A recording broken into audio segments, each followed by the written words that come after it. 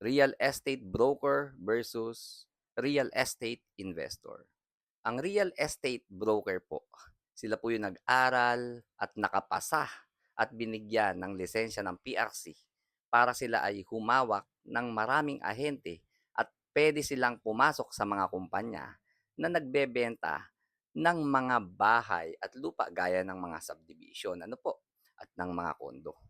Ngayon po, ang real estate investor naman po, sila naman po ay yung mga normal na mga tao lang na kahit hindi nag-aral ng kahit na anong edukasyon na yan, ay pwedeng maging real estate investor.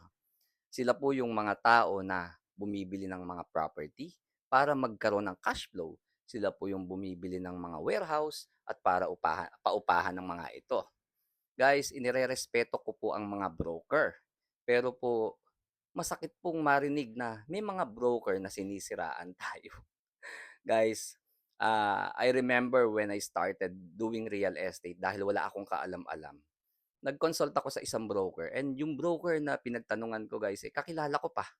Alam niyo po ba guys ang ginawa? Inalukan ako ng mga property. Inalok sa akin.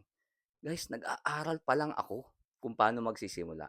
Binebentahan ako guys. Hindi ako tinuruan ng strategy.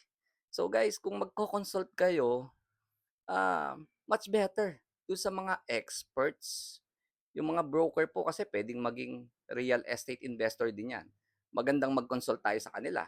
Pero kung hindi po sila nag invest at hindi naman sila investor at gusto nyong matuto ng investing, much better po sa investor tayo magtanong. Yung talagang ginagawa nila, yung itinuturo nila.